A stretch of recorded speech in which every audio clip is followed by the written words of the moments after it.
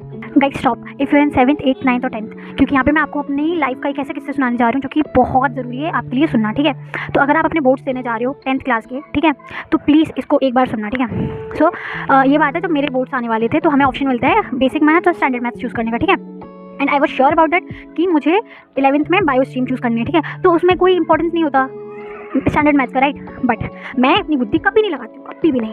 I am always dependent on others कि वो अपनी बुद्धि लगा करके मुझे सुझाव दे, अपनी ओपिनियन दें और मैं उसको फॉलो करूँगी एज लाइक ऑलवेज, ठीक है। तो मेरी एक फ्रेंड एंड जो कि मेरी बहुत अच्छी फ्रेंड थी, अभी पता नहीं है कि नहीं है, but at that time she was my very good friend. तो उन्होंने मुझे सजेशन दिया कि चूज स्टैंडर्ड मैथ्स, बट मुझे पता था कि मुझे बायो लेनी है। Then why standard maths?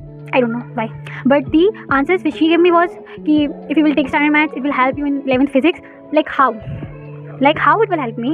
क्योंकि हमें चूज़ करने को मिला था 10th में, मैं मतलब how it is going to help me for my 11th physics?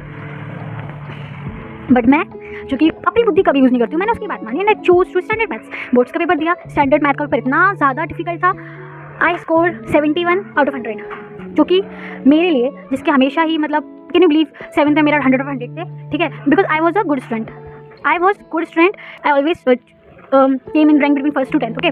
So I score 71, जिसके आज तक कभी भी टिल 9th 90% से नीचे नहीं बनी है, ठीक है। I have always score above 90%। उसके 10th में कितने आ रहे हैं? 89.8। आई नो आप लोगों को लगेगा कि 89.8 बहुत अच्छे हैं, बट समवन जिसके कभी 90 से नीचे नहीं गए और जिसको 10th में ही अच्छी परसेंटेज चाहिए और उसके 10th में ही मतलब जिसको 10th में ही अच्छे नंबर चाहिए, उसके 10th में ही 90 के नीचे गिर गए, उसको कैसा फील होगा?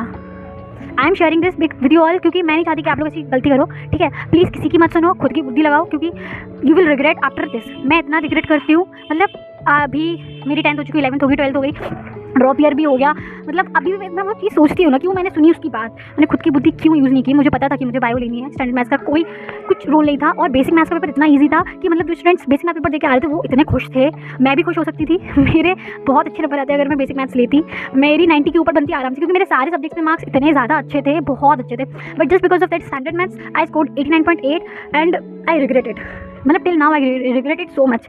तो मुझे बस यही कहना है कि प्लीज़ गाइस अपनी सुनना, खुद की बुद्धि लगाना, ठीक है। बाद में रिग्रेट करोगे, कोई मतलब नहीं रहेगा उसका। सो प्लीज़ बस नहीं, okay. All the best, good luck.